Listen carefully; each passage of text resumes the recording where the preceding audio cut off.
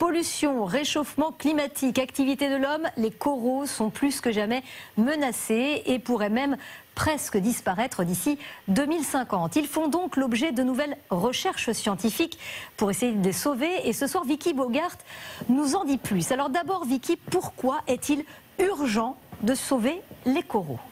Car c'est un lieu de vie essentiel pour près d'un tiers de la biodiversité marine. Je vous propose, Nathalie, de prendre la direction de l'Australie, où la grande barrière de corail, 2300 km de long, est aux premières loges du changement climatique. En mars, des vols de surveillance ont mis en évidence un blanchiment important de récifs. C'est le 4e épisode depuis 2016. Quand la température de l'eau est trop élevée, les coraux rejettent les algues vivant dans leur tissu, ce qui leur fait perdre leur couleur vive. Ils étouffent et finissent parfois par mourir.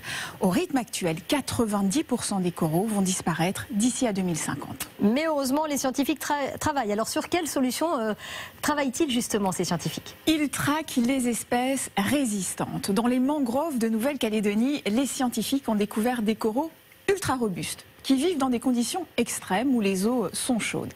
Ils envisagent donc de transplanter certains de ces coraux ailleurs, là où les récifs ont été détruits. Des chercheurs expérimentent aussi des procédés de refroidissement de l'eau, puisque les coraux n'aiment pas l'eau trop chaude. En Polynésie française, un projet vise à diminuer la température de l'eau dans les récifs avec de l'eau froide prélevée à 900 mètres de profondeur. Ce n'est qu'un test parmi tant d'autres. En tout cas, ces images nous font rêver. Et puis, Vicky, il existe des solutions encore plus surprenantes.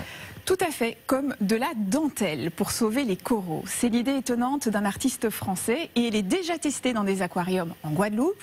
Les coraux se reproduisent en pondant. Leurs milliers d'œufs se transforment en larves.